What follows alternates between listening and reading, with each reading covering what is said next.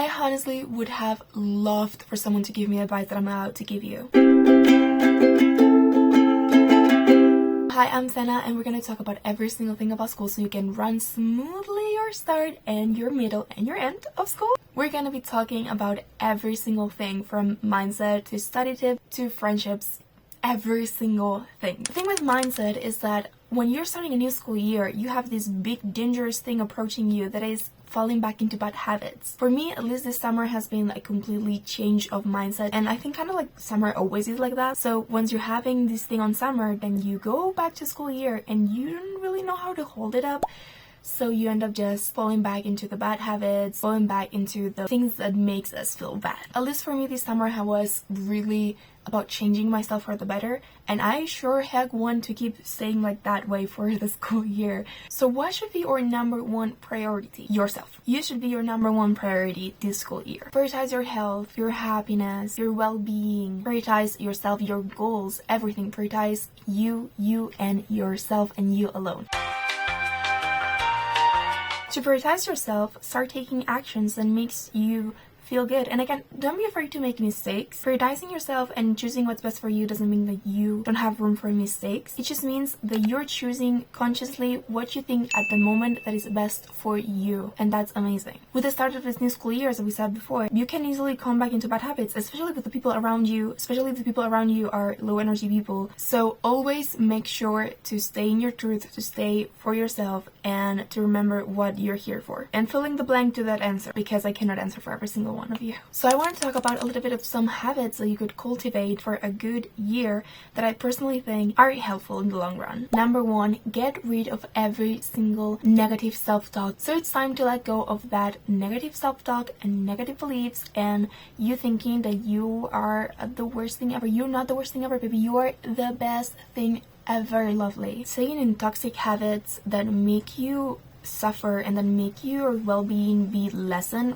rather than be getting better is bad for you. Stay with me. I've been choosing habits that are harming to myself. Almost everyone has been there. Do not say everyone. I've definitely been there. I definitely had habits that are not the best for me. And I still have some of those habits, but it's working to being better for ourselves that matters. It's not about every single time that I spend on my phone and guilting myself over, oh my god, why are you on your phone? You know this is bad for you. It's about acknowledging that I want to be on my phone and acknowledging that not every single time I have to be perfect, because perfect doesn't exist.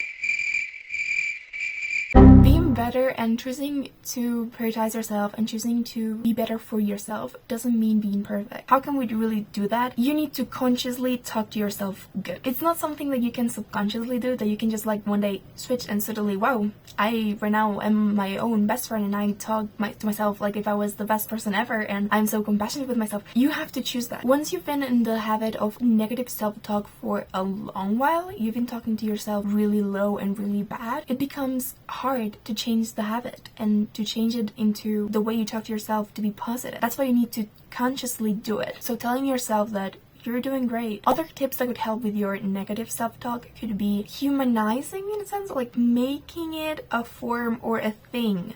That negative self-talk. Disconnecting yourself from that negative thoughts. I'm not my negative thoughts. You are not your negative thoughts. You're not that voice in your head that's like, you're doing so bad, oh my god. You're not that. So I make this talk as if it was a little thing.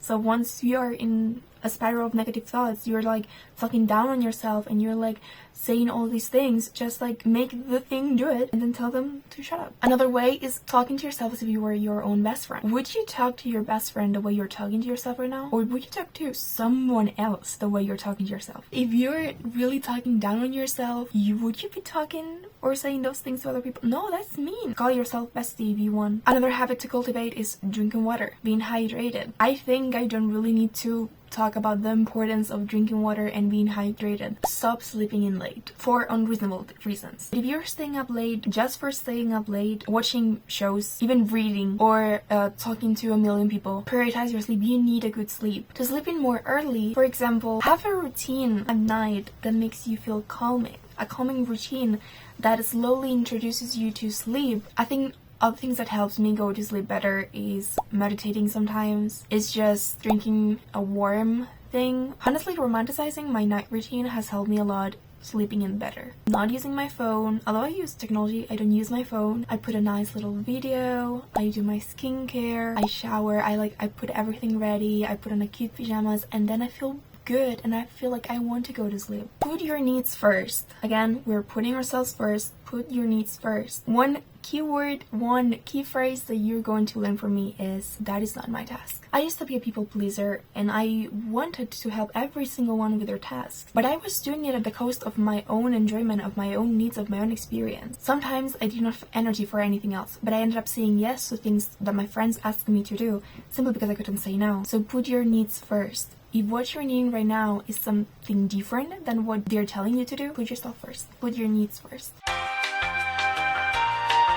I know some people are not going to agree with me with this, but if you need to rest, if you are feeling sick and you have to do your homework for tomorrow, or you have to study for the exam for tomorrow, fuck that exam, fuck that homework. Put your needs first. Same if you have anxiety.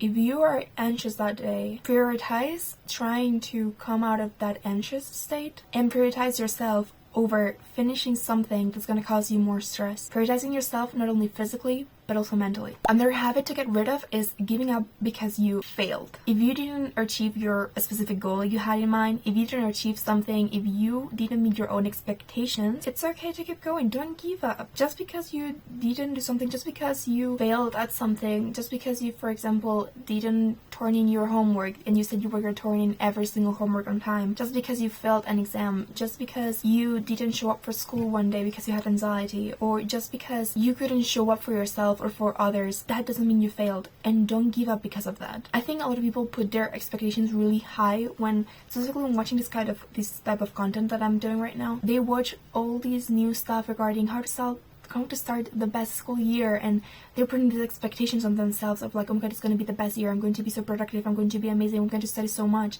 And then when they fail once, they don't meet their expectations once, and they give up. And I know because I've been there. Another habit to get rid of is staying on social media for more than it makes us feel good. Sometimes we stay on social media and we're just scrolling and we don't even know where we're scrolling. I don't really have much advice on how to stop doing that instead of consciously choosing not to do it. And I cannot also give you specific videos or specific books that you could read in order to change that habit. It's because I'm still working on it, so I cannot give you resources to try it. But it's definitely a habit to look out for. Procrastinating. Yeah, we hate that word. I know we do. We need to stop procrastinating. We need to stop waiting until the last second to do something. I know we have the ability to do that. I know that we can do homework 5 minutes before class. We know that, and since we know that, we know we don't have to do it in the afternoon, the day exactly that we get the homework. We must stop procrastinating. You live a happier life if you stop procrastinating. Another habit to get rid of: being rude to yourself and being rude to others. Like I said before, negative self-talk, bye-bye. But why are you also rude to others? Center on yourself. And if others are trying to say mean things to you, and we're gonna be talking about this later, but don't be rude to others and don't be rude to yourself. Don't let others get in your head. If a lot of people are telling you things, you don't need to explain yourself. Just don't bother with people who are trying to get in your head. Don't bother with them. It's not worth it. Ask for help if needed. If you need help with your homework, ask for it. Maybe a friend, maybe a parent, maybe a tutor, maybe a professor, something on an email like, oh my god, I have trouble with this essay, how can I do it? Ask for help. Ask for help even on the internet. There's probably communities about that. It's okay to ask for help. We should know every single thing. Although we're gonna talk about it later, I want to give a little tip and habit that you can implement for studying that's really good for you. Is study until you can get it wrong, not until you get it right. Find what works best for you. There's a lot of communities out there in the internet that talk about a lot of things on how to study. Utilize them. Use your resources. Pay attention in class.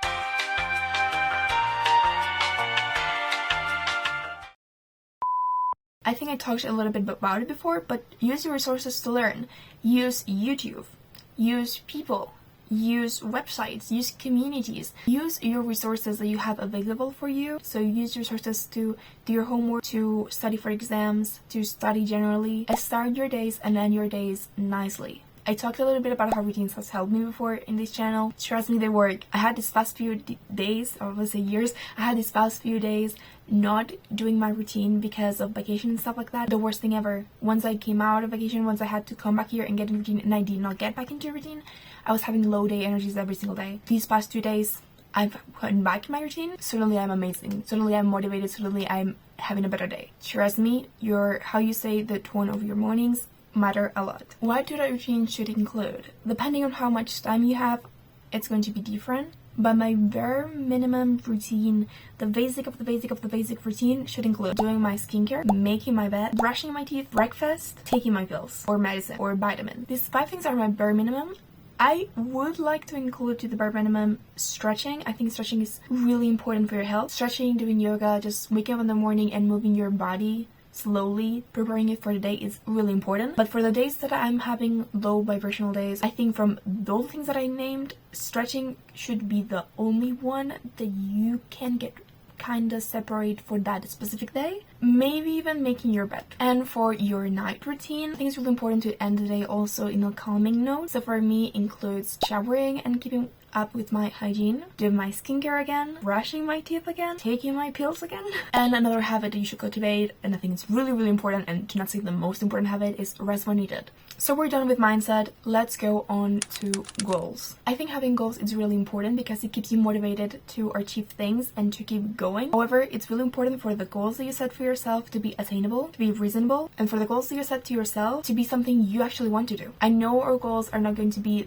the 100% the thing that we want to do, but we gotta find the motivation to do them for things specifically, such as like keeping up with hygiene or keeping up with my studies or stuff like that. Make the goals specific. So for example, instead of making the goal I want to study more, I can say I want to study every single Monday for 1 hour about this topic. So with the whole mentioning specific times and being specific with your goals, I want to talk about a little bit about schedules. So the most important thing about schedules is to be flexible. Schedules are meant to help you, are not meant to break you. So don't schedule in every single thing, specifically little things. Don't schedule your lunch, don't schedule your dinner, don't schedule your breakfast, don't schedule the time you go make your laundry. Don't schedule these tiny things. Instead, schedule, for me what works best is having blocked out the times I'm in school, then blocking out times that I have to do these things.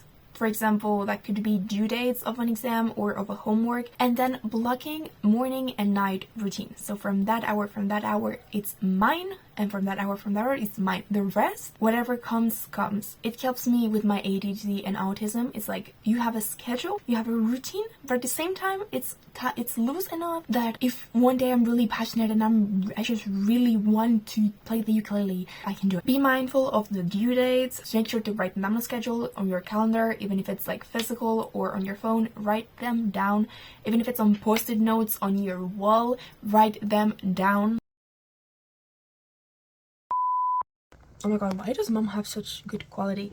I run out of space on my phone, so I'm with my mom's phone, so I don't remember where I left it. Where's the camera? I don't know where I left it, so I'm gonna try my best and probably switch to the next spot. So my next part is social life advice. Now I made a video regarding every single thing about friendships, so check that out. However, I'm gonna give you some basic advice. First of all, say bye-bye to people who are draining your energy. Say bye-bye to people who aren't motivating you to do your best. I know it's hard, but it's time to do it. Another tip on social life is being confident in who you are, trusting yourself and trusting you're gonna do your best. And I know it's easier said than done. I know that we're dealing with a lot of self-doubt. Be confident and stay true to yourself. Don't mind the people who are going to come and bother you. If someone comes to bother you, you know what you're going to do. You're going to and keep doing your work. You're going to ignore them. At first, they might even laugh at you like, oh my god, you're not getting a reaction, because they think that's a reaction that you're giving them. But if they're gonna try again and again and again and again, and you keep not giving them a reaction, and you're putting them on their place, they're gonna stop. Although if it gets too bad, please talk to someone.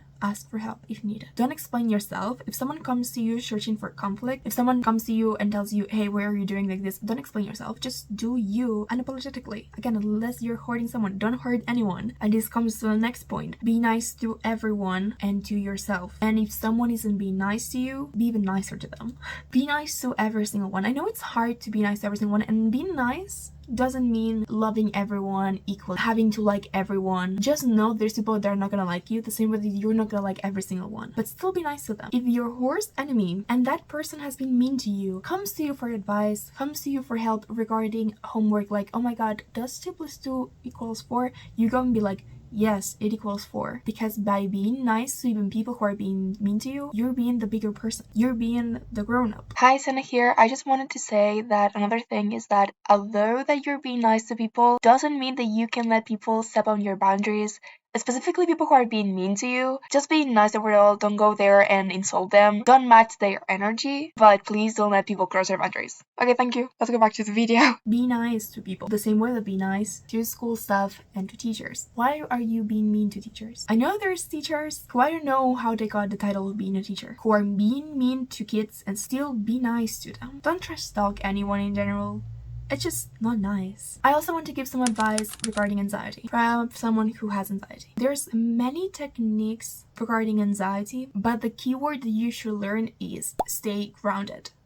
There are many techniques to stay grounded, and again, you can research so much about this. I'm just going to give you some tips on how to stay grounded. There's this famous way that is called the 5 senses method. When you're having trouble, when you're like in anxious mode, you take a deep breath and you look around and find 5 things you can see. I think then it's 4 things you can touch, 3 things you can hear, 2 things you can smell, and 1 thing you can taste. I think breathing is really important. When we're having an anxiety, we don't know how to breathe properly. Again, there's many different techniques. My favorite one is breathing in a square. So you breathe in for 4, you hold in for 4, you breathe out for 4, and you hold for 4, and then you keep repeating. I like it. I think it's easy to do. It's not telling you to breathe in for 4 and then let out for 9. I don't know how people can exhale for 9 seconds. I don't have that power yet. Telling yourself affirmations like you're okay, you're here. Other ways you can help yourself is asking someone for help. Maybe you have a friend there. Maybe they can come and help you write out the anxiety. Maybe you can go outside, ask to go to the bathroom or ask to go take a walk. Again, if you're building a connection with your professors, with your teachers, and you tell them, hey, I have anxiety problems, can I go outside? Or hi, I have anxiety problems, I might ask you to leave the class sometimes if I'm really anxious. Is that okay? Or you want me to have a panic attack in the front of class? Not all of them are going to react nicely. We hope yes, but not all of them are going to understand. Some of them are going to tell you you cannot go or stuff. So try to talk to the principal or try to find a different method that works. I know there's a lot of things that come in here that makes it less easy to work, such as countries where like going to the bathroom it's not possible, teachers being mean to people who are different from the white boy. I know there's a lot of things and difference that come into factor. You take this advice as you can and as you will. I want to talk a little bit about your environment and some like kind of detox. For me, it's new school year, new me, instead of like new year, new me. So new me means deleting the apps that I don't use, means deleting every single picture that I've never looked at it again unless it's like a special memory. And if I have those, saving them somewhere else that is in my phone. Cleaning my space, maybe changing my room, cleaning out the old me is really good. And listen to me when I take this. You got this. So I hope you enjoyed this video. I'll see you in the next one. Bye bye.